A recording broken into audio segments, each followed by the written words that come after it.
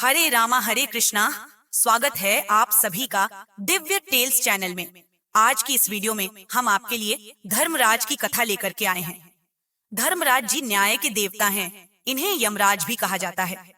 यमराज जी मृत्यु के बाद आत्माओं का न्याय करते हैं। धार्मिक मान्यताओं अनुसार हर व्यक्ति को अपने जीवन काल में धर्मराज की कहानी जरूर सुननी चाहिए।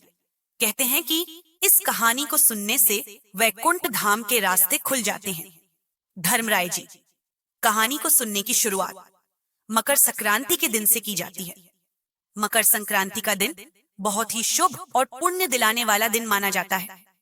धार्मिक मान्यताओं अनुसार इस दिन किया गया दान पुण्य और पूजा पाठ सीधे भगवान तक पहुंचता है और हमें बहुत ही पुण्य मिलता है।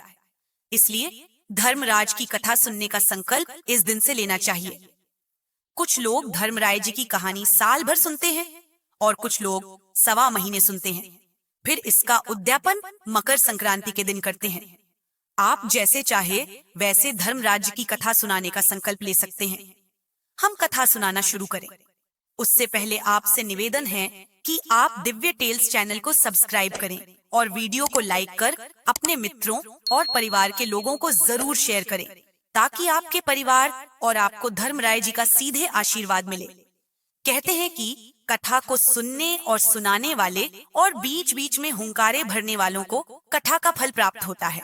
तो आप कथा को ध्यान से सुनिए और बीच बीच में हुंकारे भरते रहिए। आप कथा सुनते समय हाथ में ज्वार के दाने ले लें और एक जल का लोटा लें और कथा सुनने के बाद ये दाने कबूतर या चिद्धिया को डाल दें और जल तुलसी जी में डाल दें। अब हम कथा शुरू करते हैं। किसी गांव में एक बुढ़िया रहती थी। वह बहुत ही नियम धर्म से व्रत रखा करती थी। एक दिन भगवान के घर से यमदूत उसे लेने आ गए और उनके साथ में चल पड़ी। चलते चलते गहरी नदी आई तो यमदूत बोले कि माई तुमने गोदान किया हुआ है या नहीं। बूढ़ी माई ने उनकी बात सुनकर मन में श्रद्धा से गोदान ध्यान किया और तो गाय बुढ़िया माई के सामने आ गई। बुढ़िया इस गाय की पूंछ पकड़कर नदी पार कर गई। वह फिर आगे बढ़ी तो काले कुत्ते आए। यमदूत बोले बुढ़िया माई तुमने कुत्तों के लिए दान किया था।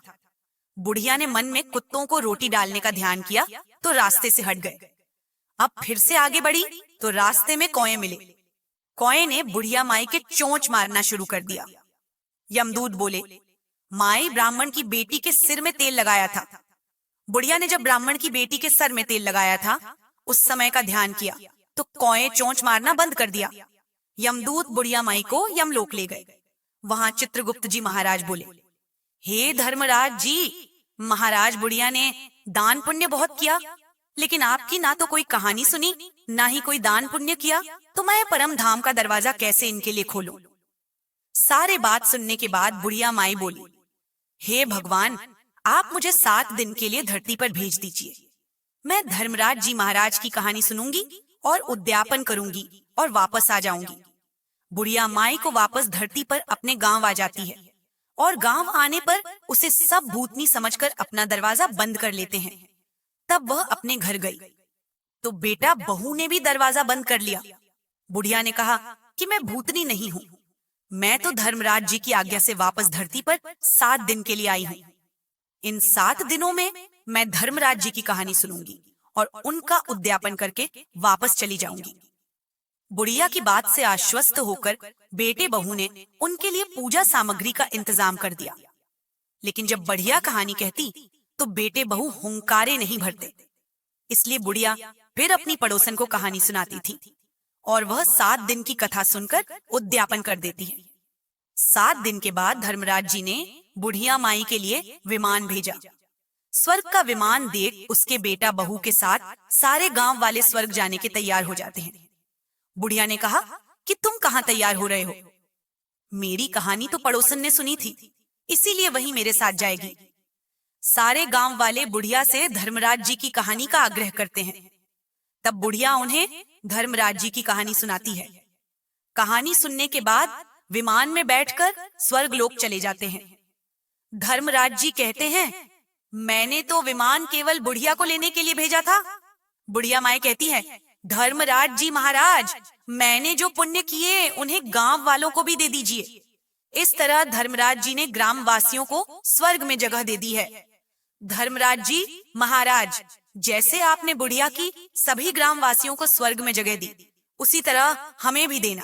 कहानी कहने वाले और कहानी सुनने वालों को भी जगह देना। हे धर्मराज जी महाराज, आप सभी को सुख शांति प्रदान करना।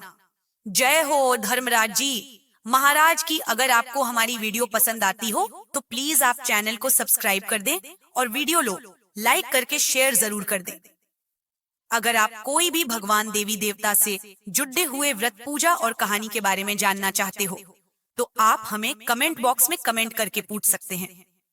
हम निश्चित ही वह कहानी लेकर के आएंगे। मिलते हैं नई वीडियो में नई कथा कहानी के साथ।